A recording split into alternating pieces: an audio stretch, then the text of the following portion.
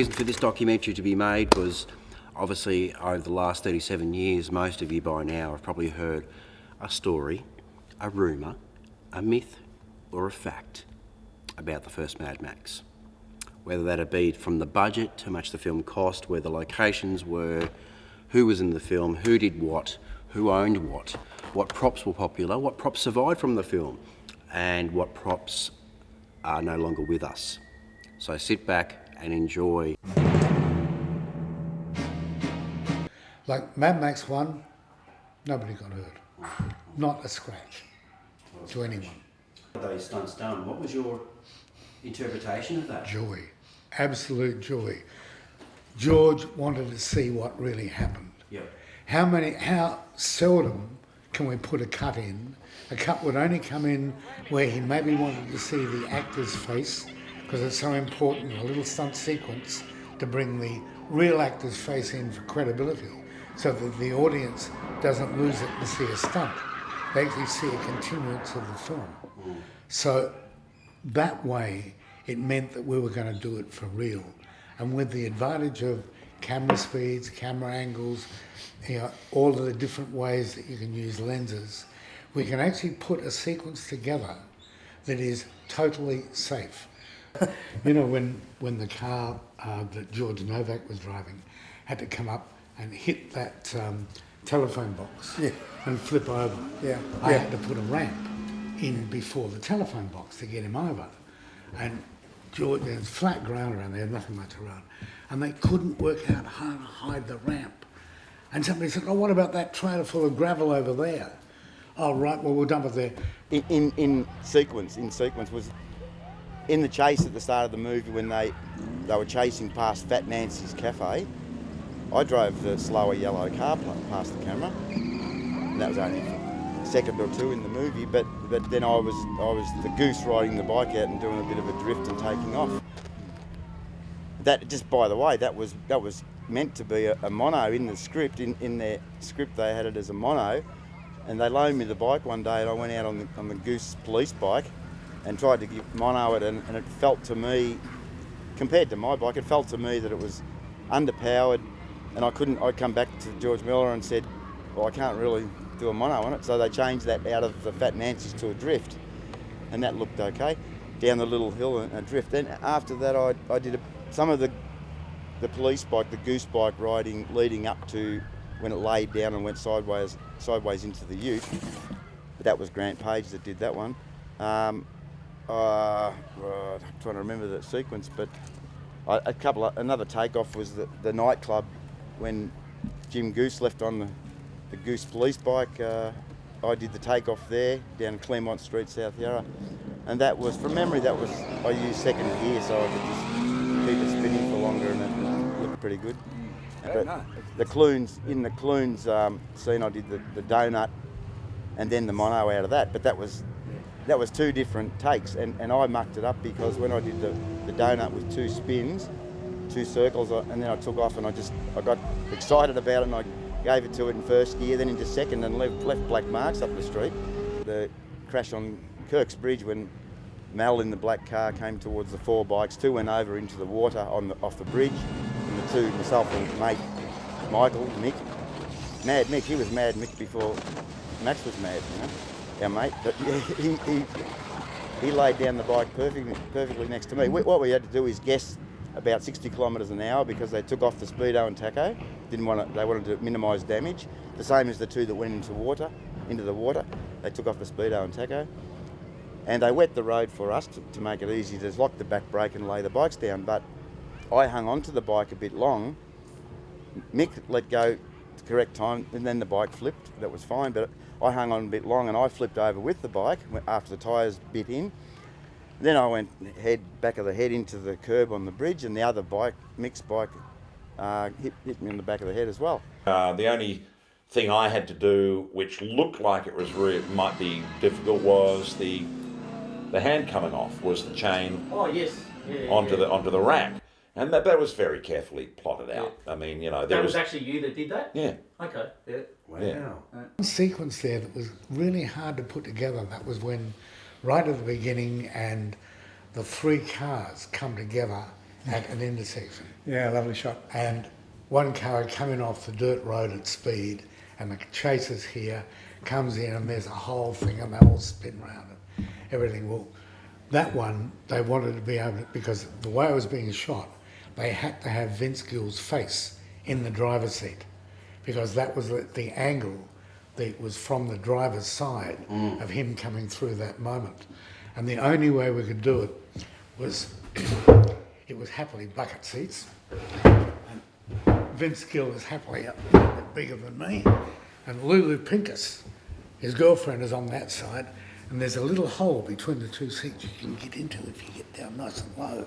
And you can reach in with Vince's hand on the steering wheel, mine underneath here like this, and my right foot on the accelerator. And we did that whole stunt sequence and the timing and all of the spins and everything like that. Vince sitting up there acting away furiously. The car going through the caravan, that whole day with the little blue van getting hit, Bongo. and the bongo and the telephone box getting sideswiped. That was a great accidental shot too, because it was meant to be smashed. I'm sure you realise. Oh, wow. The cop car was supposed to smash into this telephone box, but it just clipped it, and the telephone box slowly went. Yeah, that's right. Yeah. Total accident.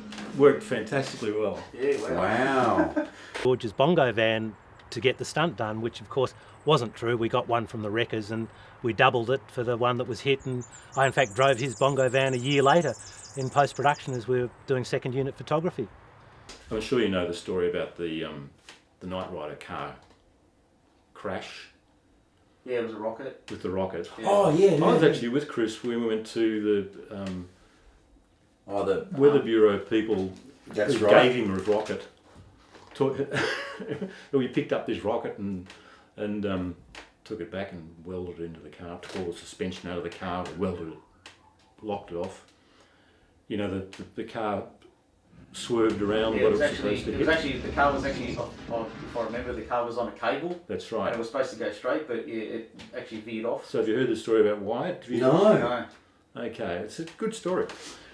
It was so the car was on a steel cable, and at each end there was a Y-shaped thing with holes in the ground, concrete steel posts. Yep. That was anchoring the cable at each end. There was a big dirty great eye bolt in the bottom of the car, which was on the cable. It was supposed to guide the car towards the truck that it was supposed to crash into, and at the end of that there was a pad that when it hit that would set off the explosion. Aha. Yep. So what happened was that I've actually got photos of this because I was behind a rock with a lot of the crew watching it. The car rocketed off literally to the, and then at the last second it swerved. It went completely around what it was supposed to hit, finished up backwards, still tearing off up the road, following the fair lane that George, Byron, David, Tim were in. So they look in the rear vision mirror and there's this rocket car rapidly approaching them from behind. And it just suddenly did this right angle turn and shot off into a paddock. God. And the rushes, of course, the next day, everyone's going, what happened? What happened? Everyone's going, looks fantastic, but it's not what was supposed to happen. What happened? So it had to be, obviously, second unit stuff. Had to reshoot that whole scene. And So the car was actually all right. yeah. Okay. Well, so it was reshot, so some more stuff was put on the road beyond what it missed. And the second time it was just pulled with a cable, the fair lane on the other side. Yep. But no one could figure out why the car Veered off. veered off and went around the obstacle. And it was just this puzzle thing. And my memory is that a few days later, in the middle of the night, Byron got a phone call from the guy who was hired to put those cement anchors in the ground. The guy rang him in the middle of the night, pissed, going, "My wife tells me I've got to ring you and tell you what happened. I thought it was a joke. I didn't make them strong enough." He said, "The moment I saw that rocket take off, I knew I'd blown it." Wow. And Guy he was so stressed out about it that he was annoying his wife so much that she said, "You got to ring Byron and tell him." Wow. But actual fact, it actually made the film look. It was a terrific shot. Yeah. But no one could figure out why it happened. So that shot was actually shot twice. Yeah. Okay. Yes. Well, the original veering around was obviously just once. So then John had to create another barrier behind the first one.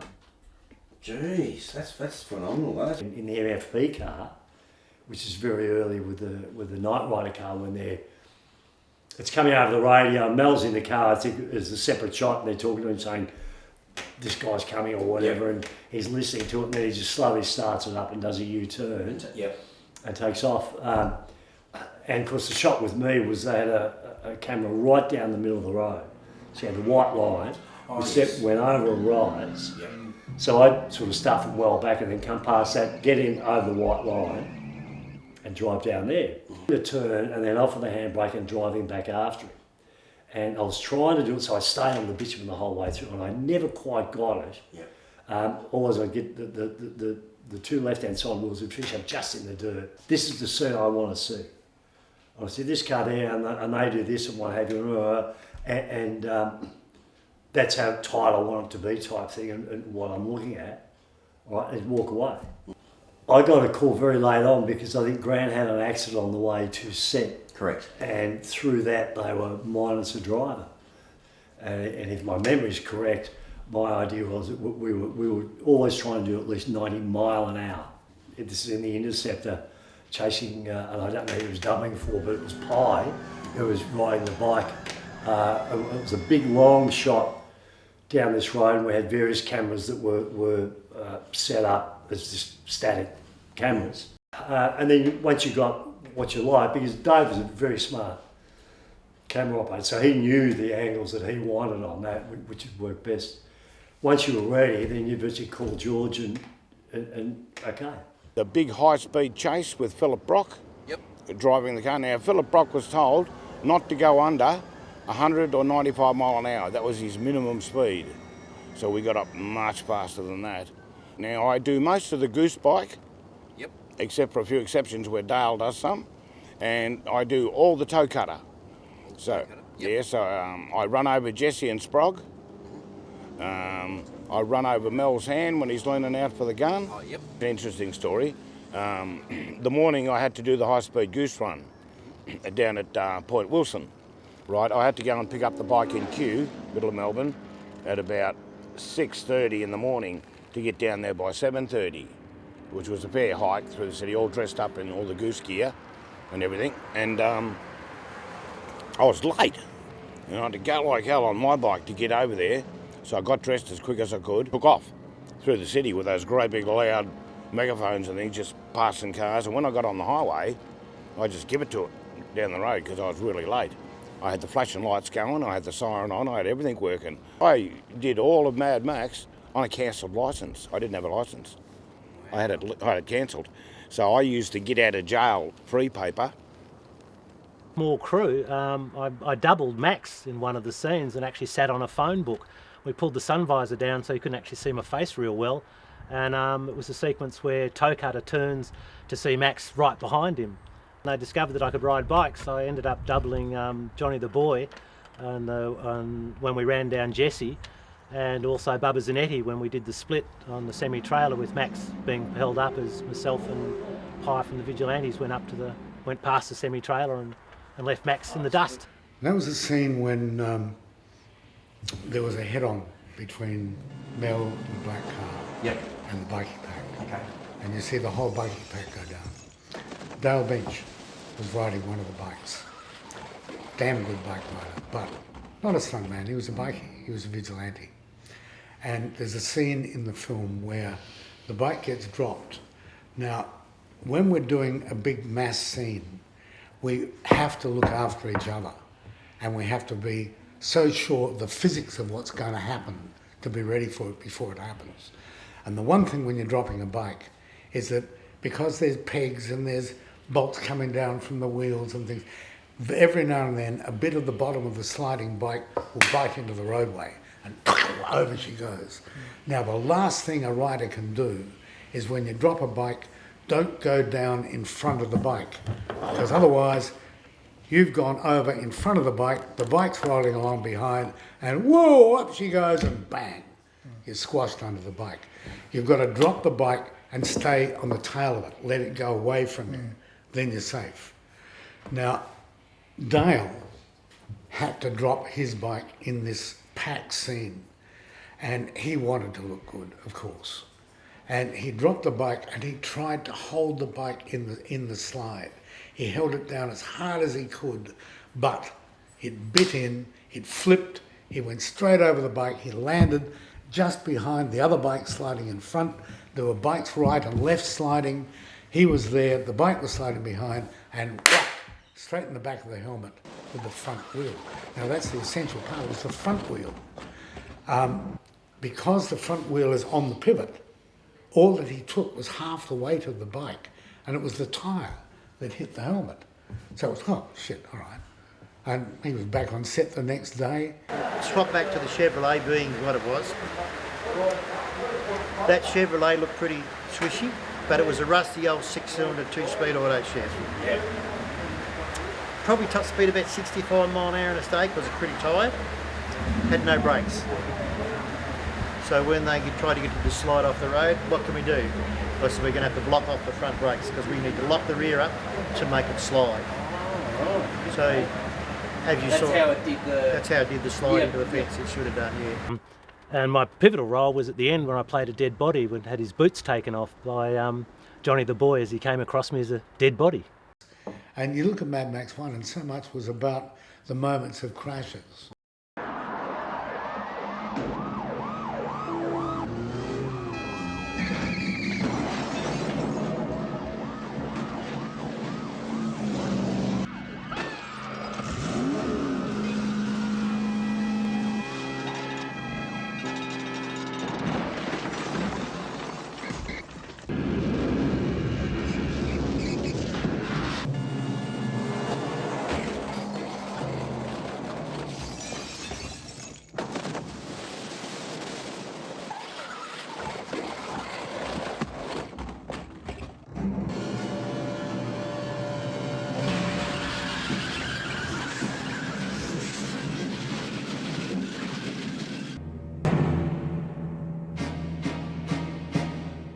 Do to get the March Hare to smoke from the exhaust, or was that how it came? Oil drip. Oil drip? Yeah. Into the carby? Bottle of oil into the vacuum on the carby. Oh yeah, right. It worked well. Yeah, It worked well. That's how that one was done. I believe. Well, the word was that car was actually a taxi. Yeah, so I believe. Yeah, I'd done a lot of work. Yeah. Yeah, it was a very tired old car. Pretty run down. Oh yeah, but Yeah. it was hanging in there. Oh, that's all right. Yeah, it was at its last legs. Yeah. Yeah, it had quite a bit of avgas put in it, that one. The scene with the big bopper when it hits the bongo van. Yeah. That looked like a pretty big hit, pretty hard hit. And how much damage did it actually do? Pushed the left side chassis rail back about 4 inches into it, so the wheel wouldn't. It was pushed in hard up against the guard. And How long did it take you to repair it to get it ready for the next scene? All night. All night? Yeah, I had no way of pulling the chassis rail back out. So, and then I adjusted the caster rod up as far as I could. And then so it still needed more, so I put a bow in it. Oh yeah? And that pulled it far enough away from the back of the guard. And then I adjusted the toe in to get the wheels run parallel. But one was stepped back from the other. Yeah. But we got a blue shell exactly the same. Then we just chucked a couple of bags of concrete in the back of it, just to weigh it down to get it equal to what the engine weight was. Yeah. And then made it look like it. Because there's no way George would do his bongo van. Yeah, because he just paid me to overhaul the engine on it. Yeah. What was the stunt like going through the caravan? That would have been. That was pretty spectacular unreal. to see. We set it all up to do it, and we'd taken out one wall of the caravan. And then we lost our light. Our light was in the wrong, sunlight was in the wrong spot. So we had to tow the caravan up to a factory just in Cherry Lane and park it up. But while we're doing that, the whole fucking caravan fell apart. So we had to prop it all up and stick all one wall back together the next day. Oh yeah. But that was more the art department's job. So Okay. they done a good job though. Yeah. And then set the ramp up again, and then run the car through it. So it would have been pretty stuffed after you went through the caravan, and it looked like Yeah, it came down the pretty whole hard. wheel collapsed and went back into the guard and spun around. Yeah. Well, towards the end when we were shooting that sequence, when they mounted a rocket engine, the special effects boys mounted a rocket engine in the car and fired it down a steel rail, once that sequence was completed, they had no use for the car, and apparently now the person that destroyed the Knight Rider car, because I took it to Sims Metal, where we fed it into the crusher and watched it come out in little pieces, and that was the end of the Knight Rider. Wow. I'll tell you one about the old Chevy, the yeah, Queens, yeah, right? yeah. Bloody, the young bloke who was driving it, on the long black hair, Yeah. right, they were trying all morning. I come over from Melbourne, and it was missing and farting and carrying on. They just got it back from the paint shop, and they couldn't get a good take where he takes off and goes over the bridge, and they chase him out of town. Yeah. And so it wasn't working. It was farting and carrying on. So at lunchtime, Byron finds a set of points. I went and checked it out, and his points were just burnt to shit house. Oh yeah. And then Byron found a brand new set in the garage on the corner there. Oh yeah. Yeah, because old Chev's potato country. There's lots of Chevs in potato country. And so I put this set of points in it, and it was running beautiful on 6 cylinders, smooth as, plenty of power. And then I said, I better go and tell this dude who's driving it so he doesn't scare the crap out of himself. And Byron goes, shh, don't say a word. He says, just keep it quiet. And so they do the take, and he takes off and he loses control and nearly wipes out the side of the bridge. And, oh jeez. And then he finishes the take and comes running over to me wanting to bloody kill me. He's going, why didn't you tell me you fixed it? Says, I nearly killed myself, you mongrel. And he's going right off. And then George is jumping up and down like a kid on the spot going, that's what I want, that's what I want. The old ute that he The old stuck in ute the back stunt, of, yeah. and an old grey motor in it. Yeah. And they couldn't even get it to bloody 80k or something going up the hill. And so I got a washer bottle, filled it full of pure avgas, and took the hose and stuck it in direct to the fuel pump. Oh yeah. And then by the time he got about halfway up, it had used the fuel bowl full, and it was running pure avgas. It was hitting close to 90 mile an hour when he got to the ramp. Give it a bit extra juice, mate. It was rattling its freaking guts out. And then it rolled that many times we nearly squashed the cameraman. Yes, apparently he missed the.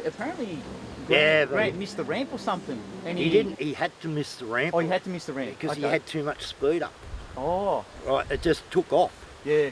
And he wasn't expecting it to. All his trial runs were all slow, and then I put this. AJ was there that day. AJ was behind the camera. Yeah.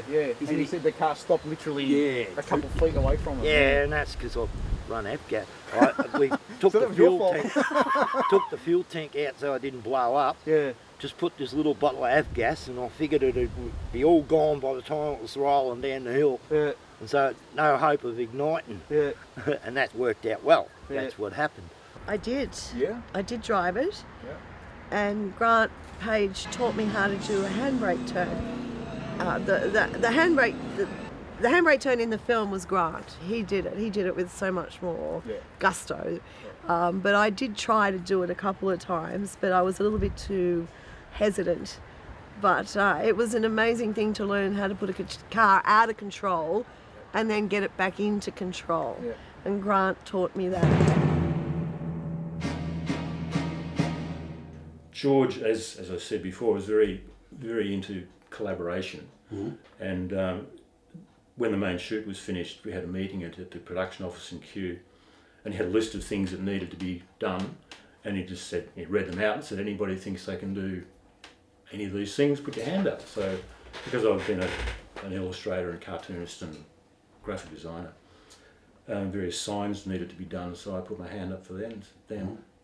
And the Halls of Justice sign, and the little sign on the pillar, I made at home, and that finished up being the opening shot of the film, which was a big blast for me. Yeah. There's a sign on the brick pillar, which is right here. Wow. So aged, my little private joke, established 1983, which of course no one's ever got, the year before 1984. Yeah. Right. There we go. Original sign from Mad Max. One was Stop prohibited pink. area. Yeah, It was the pink. yeah, pink, fairly badly painted one. It was the skull on it. And Yeah. I remember I saw a thing on the net where some overseas website devoted to Mad Max had mentioned that sign. They said, apparently this is a genuine road sign they use in Australia. Wow. Helping South, like the scene where the Knight Rider crashes into the truck. Yep. Yeah, and setting up all the stuff you're supposed to run in, crash into, to help John set that up. So I helped John quite a bit. Okay. We became quite good friends. Oh, great. Even when he stole the stuff off the milk bar and returned it that day? Yeah. That was for the Avalon scene? There was a lot of things that went on. That were borrowed. Nothing was legal. Nothing was legal in the whole film. No permission got to stop traffic. That's correct. They finally tracked us down in the last couple of weeks of the film, because we had two-way radios in the cars for the traffic stoppers, and they were illegal. There was no licence for them. Oh, wow. And they'd been tracking us for weeks and weeks and weeks, whoever was in charge of two-way radios. And they finally caught us and confiscated our radios. While you're on production? Yeah. So Byron just got another couple of illegal radios. And the second one he got me, which was mounted in my car, for the whole time went... So I was stuck out in the middle of nowhere in the stinking heat. The only way I could get out of the heat was to sit in the car, and this radio is going... When the bikes run off the bridge, yep. Well, we had to remove the guardrail. Oh, right. So I was one of the people that... And at the end of the day, the guardrail had been put back, and Byron was there bolting the guardrail back on next to me, and it was, I think, 3 weeks before the end of the shoot. And at that point I went, Byron, I've been working really hard, I'd like a raise. And he gave me more money. We see that you've got some props there. So could you tell us for the camera, what props have you got from the movie? Well, yes, funnily enough, most of the costume of the other riders that came from Sydney, the toe cutter, but I was from Melbourne. So, and I was one of I think there were only two of us who actually rode motorcycle full time. I used to ride a motorcycle to go to work. And so those were actually my boots at the time, my own. And George said, keep them. I had a full brown leather, he said, keep that. And I had a kidney belt, and he said, keep that. The only thing he did is, he said, we're going to strap around your waist a rope with a little pink whistle dangling over your genitals. I thought, okay, you got to appreciate also that my command of English was nowhere near as good as now, and I did not actually understand the script. My wife said to me, this is insane, and I took her word for it, but I had no idea what So she translated it for you? Well, the gist of it, but I did not understand what we were doing. So, because I'm dumb, I was supposed to be dumb, clunk, and George is a very good director. See, and check that they are genuine, because they are. I kept them for all those years. And normally they're displayed in a museum in Tasmania, in Swansea, where I am the past mayor and the current councillor. Take anything from the film that...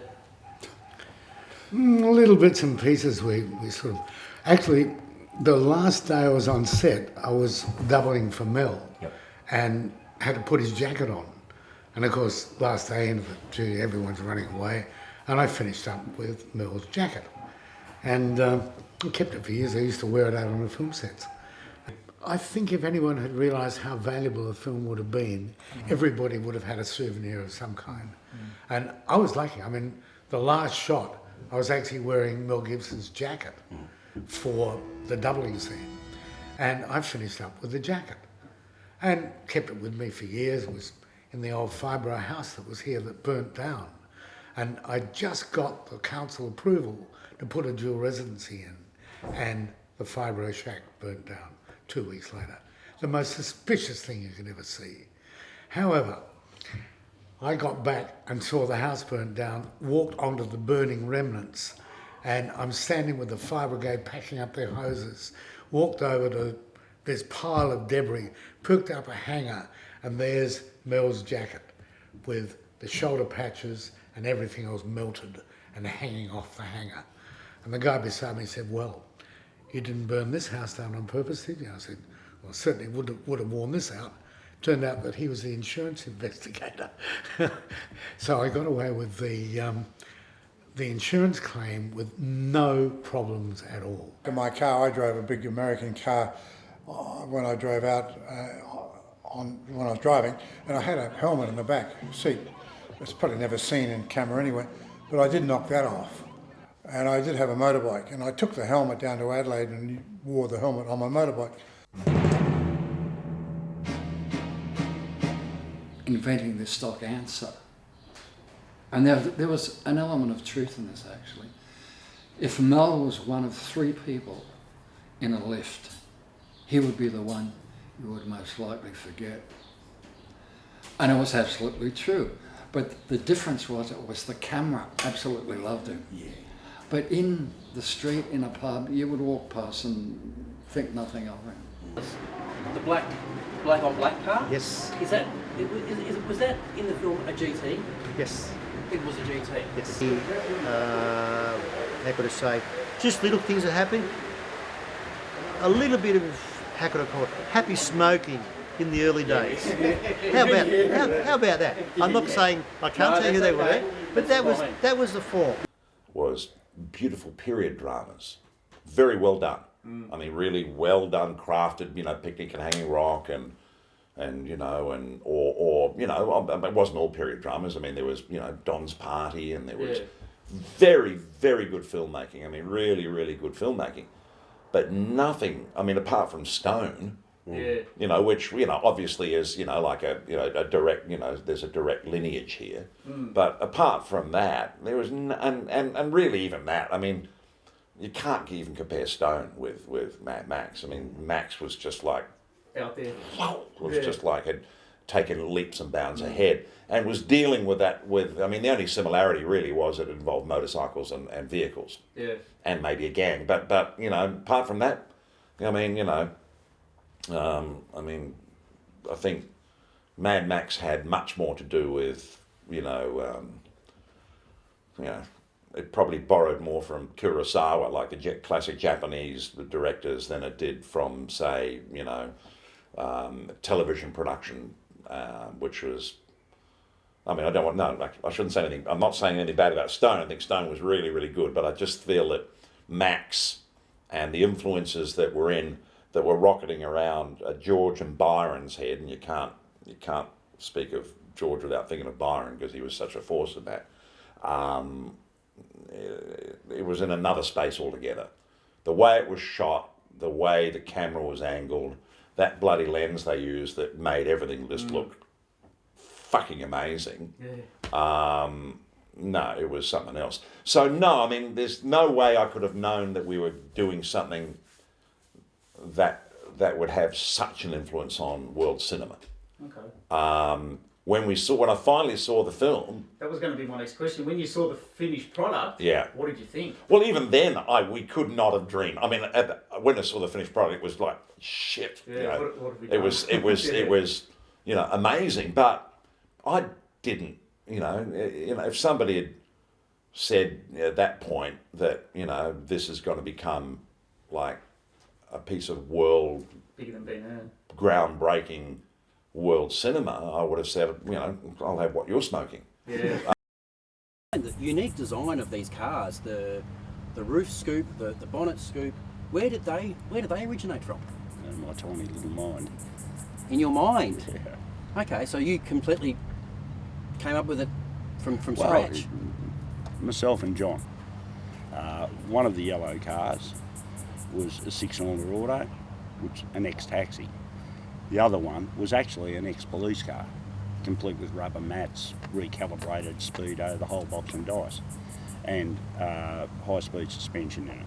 You sourced the black coupe car from? Where did it come from originally? From a small second-hand car yard in Noble Park.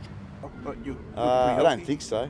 I don't know how it started, but no, I really love that myth. It makes it really exciting. It is actually a fair dinkum myth. I mean, for years and years, I actually thought, I'd heard from many people that guy had died, and that was it. And in meeting you in the flesh, mate, you look pretty well. Thanks, Sam. I've read funny things here and there on the internet and a forum. I remember one of the funniest ones was on some forum somewhere, discussion. Some guy wrote, "No, he's dead. My brother went to his funeral," you know. But Wow. yeah, there's some funny stuff around. And I have a badge. I should have put it on today. I was killed on Kirk's Bridge. Wow. But I've written something somewhere else that's up at Mad Max Museum that I survived Kirk's Bridge. So. Worked on Mad Max, remember it as thrilling and challenging. Do you feel the same way? Oh, certainly thrilling. Challenging, they had a different thing to deal with. And I've only learned about that after the fact. For me, it wasn't challenging in terms of, it was, the only thing with challenging was that we were doing these long days and then we'd ride back home and then we'd eat and we'd drink and we'd smoke and we'd, party and then, oh my God, it's 11 and we're on set at whatever it is, 5 in the morning. Yeah. So that was the main challenge, was just getting through each day and night and getting on set and backing up and doing the gig. I think it was far more challenging for the crew, because a lot of the crew they were experienced crew, had worked in, a lot of them from Crawford's or ABC or what have you, and they were very used to kind of like, okay, so we start work at 6 and we stop at 10:30 for tea and then we start again at 11. I mean, I'm making up these hours, I don't know them, but they were used to regimented days, and here's your call sheet and here's what you do on any given day, and any variation from that's like, well, how fucking unprofessional. But they had to learn to flow.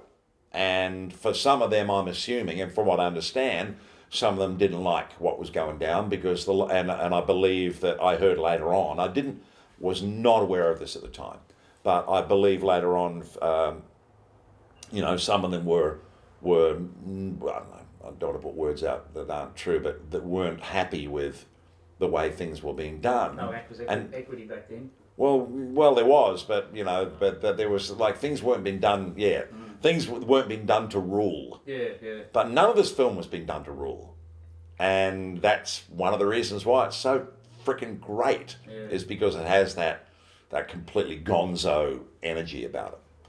So yeah, maybe a few of them, complained about it at the time, but you know what? I bet every one of those people in the last 35 years has talked about the fact that they worked on that film. Oh, of course. And they wouldn't have been, most of them will be saying it with pride. Well, if not, they should take a long fucking hard look at themselves. Yeah. Chat earlier, you're saying that you know where the original black coupe is. Yeah, in Florida. Yeah. Confirmed rumour that the black car wasn't a GT. I don't think it was. No. I don't think they couldn't have afforded a GT. Max got very popular in America, and a lot of the stunties, and this comes within, stunties are very competitive, particularly internationally, and the Americans saw the stunts and said, oh no, that was an American crew. That was Americans that went over and did that. They only let the Australians do one bit, and that was when the bike flipped over and killed the other bike rider. Killed him. Yeah. Bullshit. Yeah. He was fine. Dale, I'm still friendly with him 40 years later.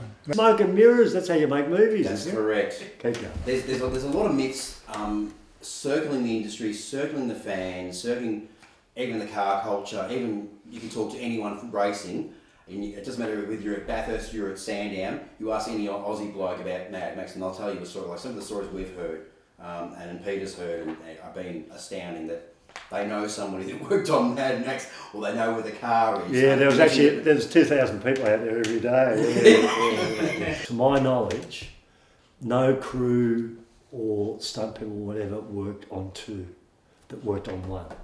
I've never found out why that is, which is sort of surprises you when you think about it. Yeah, okay. But none of them did. Yeah. The movie is as it is because of me.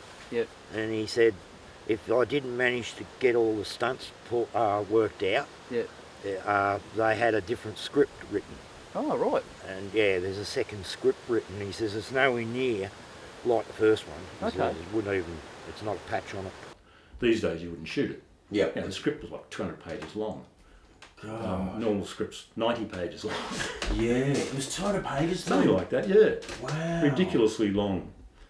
I knew it was long. I didn't think it was that long. Huh? Yeah, I've actually got a copy, but so I could check, but I won't. Car was a GT Falcon, wasn't it? Yeah, it was a proper GT. It had Yeah. the big 4-barrel on her and Yeah. the Cleveland engine in her. Yeah, Used to go like a cut cat. There's rumour getting around that that the only way to tell if you had the genuine car from Mad Max is like somebody's like etched their initials in the doors or something like that. Was that? Did you have any part in doing that? What's the name? We caught Murray doing it. And then Byron ordered him off the property. And then I went and scratched his name out and put my name in it. And then Nice. Clive went and scratched and Clive went and put his name. Oh, They go, nice. we're not letting him get the credit, we're doing the work. Did there any accidents on set at all? May Sway's leg. Yeah, May Swayze stepped into a drainage pit when we were out at the farm location and broke her ankle, but that wasn't revealed until the hospital apparently rang the next day to say that they'd looked at the x-rays and the trooper that she was, she'd kept on acting. And that was the cast. That was the bracing on her leg in the movie. Not to my knowledge. I think that was more art department. Everything was sorted out with a slab of beer. Yeah. I spent a whole day keeping the Hells Angels on used for one day, I think. That's So right. I spent the entire day driving into town buying slabs of beer and bringing them back. So they just sat on the side of the road for most of the day doing nothing, obviously, as most extras do. That Max, that Mel came to the set, I think, so, yeah, was it he by himself? Or was it with Jim Goose? And a cop followed them in because it stopped them on the road. There's a whole lot of stories about that and how we had a letter to carry. Correct. From Inspector Bloggs. I carried around with me, I still carry, sort of the Bible with me, and I had a letter from Senior Sergeant, I think it was Senior Sergeant John Bloggs, from the Victorian Police, and that was my authority to do what I was doing, and that's all we had. And he was actually he was Public Relations Department. Yeah, it was pretty. At the time, the Americans said that just the stunts alone would have cost $3.5 million in America. The hearsay one is that when Byron and Grant Page, who was a genius, also one of the geniuses of Mad Max, the stunt coordinator, went looking for a Ford black on black, Max's car, the Interceptor, they met this guy out the front and he's, look, this is my car, it's a beautiful car, it's sensational, and would you be interested in buying? And of course this guy who's selling the car's got no idea who these two guys are. So and Grant Page says, can we hop in the car and just take it for a bit of a spin and see if it's if it's any good? So yeah, sure, So Grant gets in the front driver's seat, Byron gets in the passenger seat, and the guy's sitting on the footpath going, okay guys, see you later. Grant nails it. He floors it, he guns it, he takes off, smokes the bags, the wheels are spinning, the smoke's coming out, straight out of the street. The guy's going, fuck my car, these guys are... Grant's a superb stunt driver. He didn't do and so he takes it down the street. He does a 180 handbrake turn, spins it around, smokes the bag, brings it back, and then just goes straight past the guy. The guy's sort of gone white by this stage. He's sitting on, watches the car, does another, Grant takes it down the street, does another handbrake turn, 180 spin, smokes the bags, comes back, decides to bring it in sideways into the guy, slams it sideways and just lines up just right next to the guy, doesn't hit the curb or anything, just lays it, sort of, and of course Byron's done all this before with Grant. So Byron gets out of the car, Grant gets out of the car, and they look at the car and they look at the guy, and the guy's just sort of like, what have you done to my car? And they look at each other, do you think we should get it? Yeah, okay, we'll buy it. Grant and I, we needed a bikie gang. So Grant and I decide, and already there's you know, we'd built up a good relationship, and I'd worked with Grant before, so Grant and I go back, and a lovely guy, fantastic and very smart, intelligent, very safety conscious, caring stunt coordinator. So we decide that we've been told that there's a vigilantes that they might be interested in. So we go off to the vigilantes, and Grant, I was a young, inexperienced sort of young kids, fresh, not too long out of film and television school, and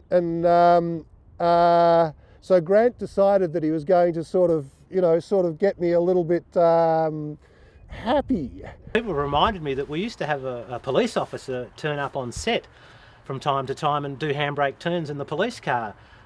Whether or not he wanted to be in the film, I'm not really sure, but that's what happened. I get a call, so we'd shut down the roads, and one day I got a call from Stu. Hey Hips, we've got this car coming through. He's not going to stop. He's not going to stop. And I go, oh shit. Okay, so I go, okay, crew, okay, off the road. There's a maniac on the road. You know, get back, everybody. So they leave the camera and everybody walks back off the road, or you know, and we see down the road, because we used to set the traffic stoppers right back, and there's this bloody dust coming down the road, and there's this car speeding down the road, and so we're all standing back. And then he does a handbrake slide and slides up to the camera, and the camera's on the road, and everybody and this cop gets out, and it's a Geelong cop, and he's a Mad Max, and he's what George had written, you know, the sort of character, and he gets out and he goes, oh, what do you think of that, boys? Don't you know? We go, you are insane. You know, a cop did it on our set. So he broke the we had stop and go signs, still got the stop and go signs, and he breaks through our traffic stopper, and comes screaming down the road and does a handbrake slide to a stop. So he comes sideways up to the camera, and all the crew just gobsmacked, you know, on the side of the road. A police vehicle or a? It was an unmarked police vehicle. Yeah, it was an unmarked police vehicle, but he had a police. It was an unmarked, which was what the black on black was an unmarked police pursuit vehicle, and what George had done was set that into the future, and so here we are, had the presence, and it was quite an extraordinary moment, because this was quite early in the piece, and we go, that's the film we're making. We're making a film about this turkey. Well, the other continuity mistake is when you see my Ugg boots. Did you pick that one up? No. When I'm running, I go to the car, and Max is fixing the car, the panel van, and the lid's up, and he's under it, and I come over and I say, hey, I'm going to the beach. And then I put my bag over my shoulder and walk off, and it was freezing cold that morning, so I kept my Ugg boots on whenever I could, because the actual shoes were little plastic sandals. Yeah. So I'm walking off and thinking that I was in, you know, a mid shot and they wouldn't have seen my feet, because I always asked how tight am I in the shot. And lo and behold, there it is in the cut scene. You can see my Ugg boots. I went, oh wow. No. I think it was his 21st birthday. Okay. On the set, and a group of us older and so-called wiser heads took him to the pub at lunchtime to have a few drinks for his birthday and toast his health and all that sort of stuff. And we were saying to him, now listen, Mel, after all this is over, you know, don't get carried away. I don't think you're going to end up a big shot, because after this, you'll be like the rest of us. You'll be down at the dole office with the arse out of your trousers, putting out your hand for your actor's allowance sort of stuff. And within, I don't know, a heartbeat, there he was, you know, the king of Hollywood. You know, local boy makes good. He'd gone back home. And how many million a movie? I mean, I don't know, but it was really ironically funny that a group of us older and wiser, more experienced heads told him the real facts of life, like, you know, you're going to struggle, you know, that's... I'll tell you a Hell's Angels story. You may. Well, there was one scene that never made it into the movie, and that was when Joanne was getting a birthday cake for the Sprog. The Sprog was the baby. And that was when Steve Bisley's girlfriend, the Goose's girlfriend, was part of the film. And she was sitting in the passenger seat. Joanne was driving the car. They got the birthday cake and they're bringing it back for the birthday party. And the Hells Angels come up behind the car. Boom, boom, boom. And there was one particular character called Drool. I didn't know why he was called Drool, but he had false teeth that when he was riding, he used to take them out. So his mouth would blow open like a bloody parachute in the wind, and he'd have these great drools of going back. George said, well, look, Grant, I want you to play a character for this. Do you mind being Drool for a moment? And he said, what I want you to do is you're going to ride the bike. This is a Hells Angels Drool, real Hells Angels bike, the whole bit. I'm sitting on the passenger seat like this. Oh, God. And we ride up beside the passenger seat of the car. And I have to stand up on the back, drop my pants, and stick my bare ass straight in the window by the Goose's girlfriend, who was there with a first birthday cake with one big candle on. Oh, no. The ass comes in the window. Guess what? Whack! Bloody candle straight up the bloody ass. That scene didn't make the movie. But it was shot. They shot it. Who was the guy, I forget his character's name, he was the guy who got the Swordsman in the throat. Swordsman in the throat. Right, so from him we got the word that they needed a couple of extras to do this scene, right? So we said, yeah, great. You know, I've never done a movie or anything like that. So we lob out there. It was like $40 each or something like that.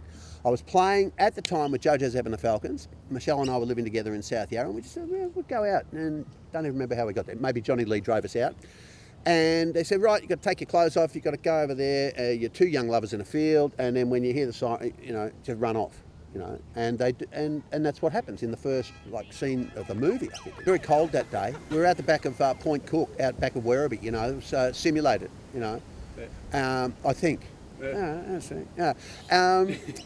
Well, we had to do like 3 or 4 takes. Yeah. You know, it wasn't like a porn shoot. You know, we didn't have a fluffer or anything like that. You know. When I first saw Mad Max, I thought, well, okay, you know, you sort of see it, and there's that guy, and yeah, I know him, and you know, there's that stunt that was got. I didn't think it was. I thought, hey, it ain't no Oklahoma, but it's got merit, and it was that Australian thing, which. So, in answer to your question about am I surprised that it succeeded? No, I'm not.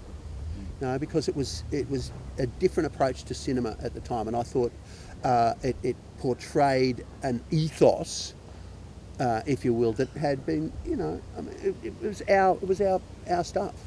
Day one in Seaford, 41 degrees, like hot as. It was maybe not 41, but it was unbelievably hot. We had to go under the jetty to try to, you know, and this is why you'll see at some stage you see the toe cutter in a silver blanket. Yeah. You know, it's to try to escape the heat. It was just so damn hot. Which is, for me, rather illuminating, is that Steve Bisley went to Cannes for a film that he was in. It wasn't Mad Max, it was something else. And anyway, they screwed up the flights back home. And the only flight he could get was a seat on a plane that went via Los Angeles. So when he got there, and he just thought, oh, I'm here for a few hours, or I'm here. He was there overnight. So I might try ringing up Mel. So he rang Mel's agent. And as it happened, Mel happened to be in the office, and it was Mel who picked up the phone, because the agent was busy. So he was, hello. He said, Steve Bisley, I'm trying to contact Mel Gibson. And he said, Steve, it's Mel, I'm here, blah, blah, blah. I said, well, listen, is there any chance, because I'm here overnight, is there any chance getting together and maybe we could do the town or go and have a beer somewhere or something? I said, yeah, sure. He said, I've got to go out on set now, but I'll be back at 4:30. So ring the office then, you know. So anyway, 4:30 came and Steve rang the office and got the agent, and she said, who are you? And what's your relationship with Mel? And what do you, you want to go out with him for a night on the town? I see. Well, listen, Mel isn't here at the moment. He'll be back in half an hour. Can you ring back in half an hour? I said, yeah, sure. So I rang back in another half an hour, and then it got put on to the assistant agent's assistant. Oh. Right. And blah, blah, blah, blah. And it happened twice more. And it got shoved further down the line. And then finally, it twigged in his head to what was happening, and he thought, oh no, stuff it. So he didn't bother, and he got the plane home the next day. And he was telling his own Australian agent about it, and she just laughed, and she said, you've got to realise now that Mel is no longer a human being. He's an investment property. And they were trying to work out whether it was worth his time and their time for you to go out and spend a night with him, even no matter how good a mate you are. Recognise you from working on Mad Max and remember your character? Absolutely. Well, I was saying that I worked as an extra on Neighbours a month ago, and at the end of the day I got a bit lost in the studios and I was looking for the car park, and I asked the young bloke in the office where the company sent me out the door, and I still went the wrong way, and I came back and he came out the door again and he said, were you in Mad Max? I said, yeah. And he said, come in here, come in here. So I went in, there was a big crowd of people all applauding, telling me I was royalty, and so I had no idea that that was the case until I've only discovered this in the last couple of years. Yes. I think one was named Colin, the other was named Jesse.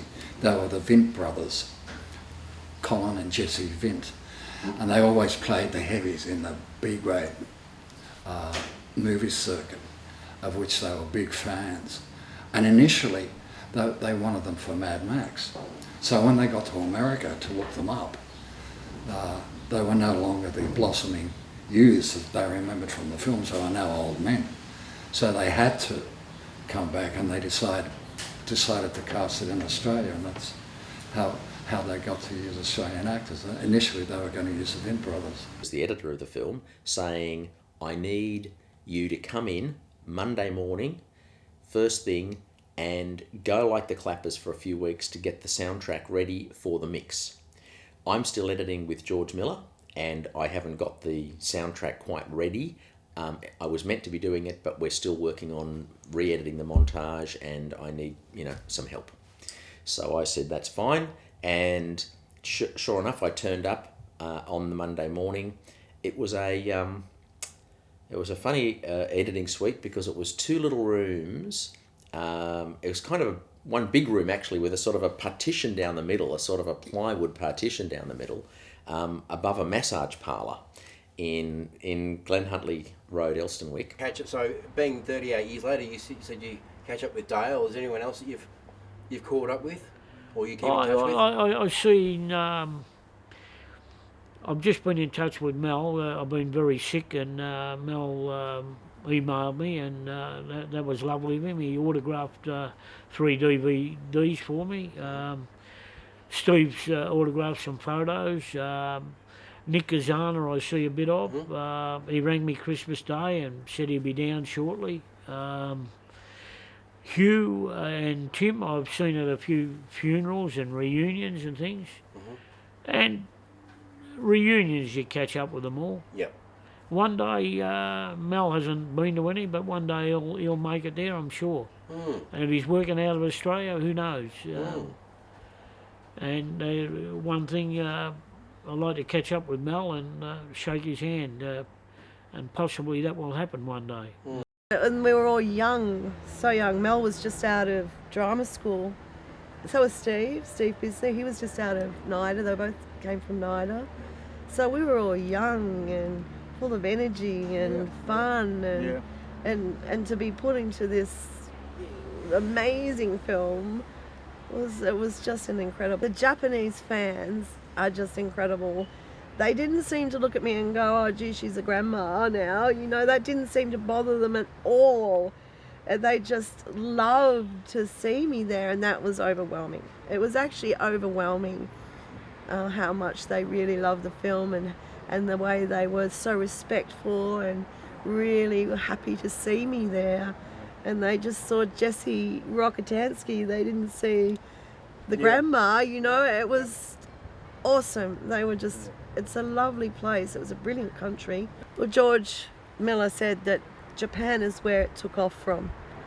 He said that when he finished it, he looked at the film and thought, who's going to want to watch this?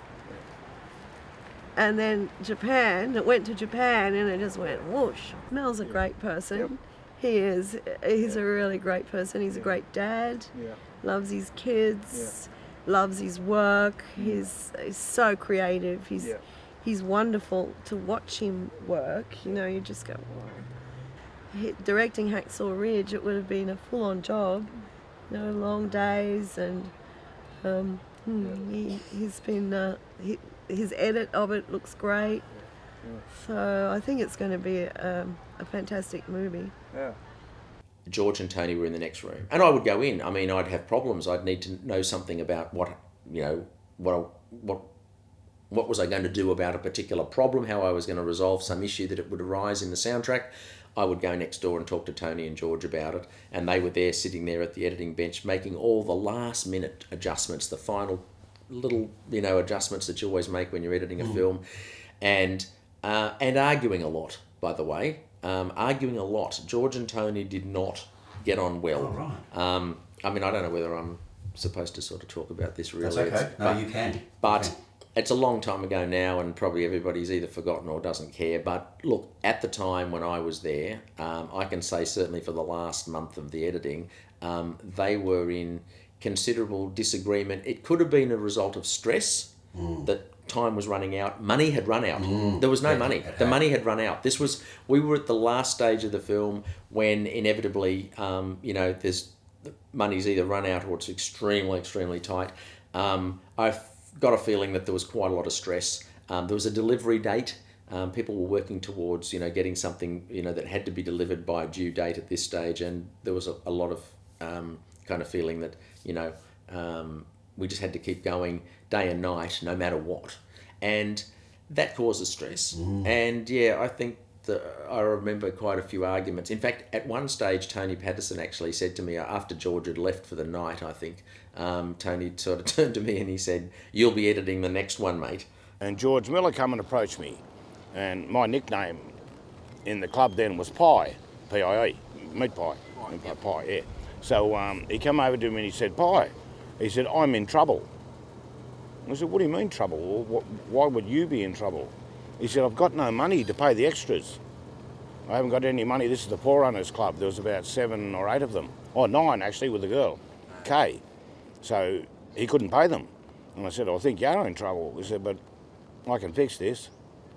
So I went over, being the president of the club, a little bit of hierarchy, had a chat to the boys and told them not to annoy him, don't do anything, all right? And if it gets that bad, I'll pay you.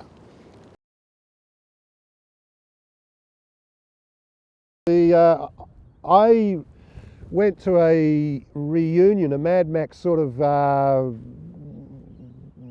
not a reunion, sorry, I went to a Mad Max get-together up in Broken Hill a number of years ago with Tim Smart, the second unit director and DOP, second unit DOP, and I was just amazed at how powerful the Mad Max 1 film has impacted on the psyche of the Australian population and in fact in the international population.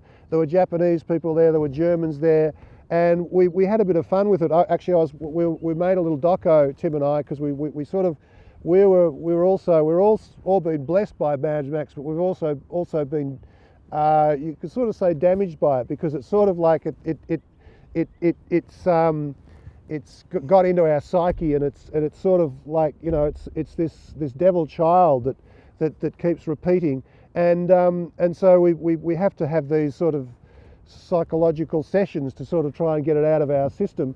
Anyway, I was fascinated. We just go up to someone and say, could you quote Mad Max? And they'd come up with a quote, and it's like Shakespeare. Later on, when we were actually doing that scene on the stairwell where I say, you and me, Max, we're going to give them back. They're heroes. Can you recall any favourite lines from the film that stuck out that in your mind that you might have either heard on set or you can remember from watching the film? Oh yeah, the main one, the Goose comes out with, Jim Goose comes out with, and he says, oh, kick her in the guts, Barry. Yep. Look what's turned up for Sunday dinner. I am the Night Rider. I am a rocker. I am a roller. I am a fucking midnight stroller, and I'm coming to get you.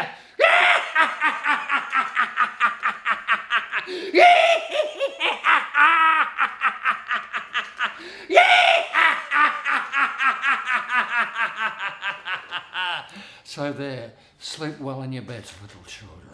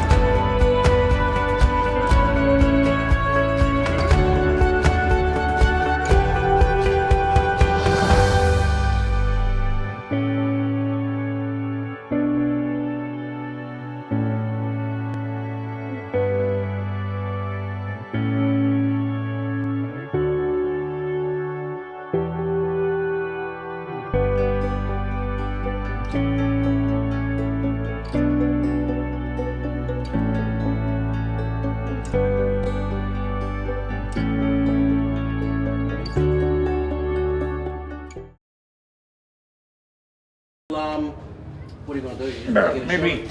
Maybe I'll start up, keep rolling. Yeah, keep rolling. Now, this is one of my numerous girlfriends.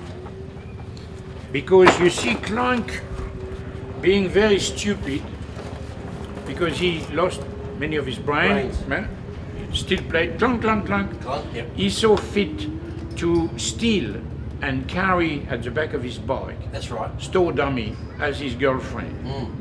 Because they would never complain that he went too fast.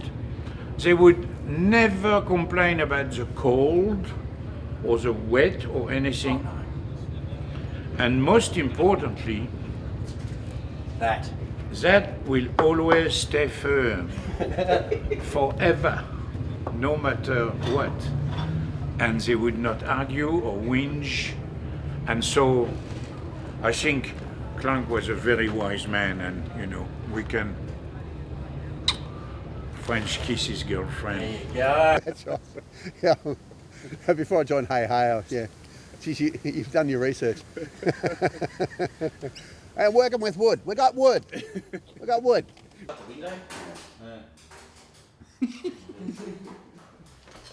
You know, rambling. That's fine. Well, I was just going to say, hold up your finger. Yep, that's great. No, that's okay, Vince. No, that's fine. That's great. Hope you enjoyed the documentary. For those of you wanting to know why this documentary was made, was because over the last 37 years there was no special features or behind the scenes of Mad Max. So the cast and the crew have come together with us as well as the fans, and to finally set the record straight. so everybody will understand what really did happen. And now that you know what has happened, that is why we made the documentary.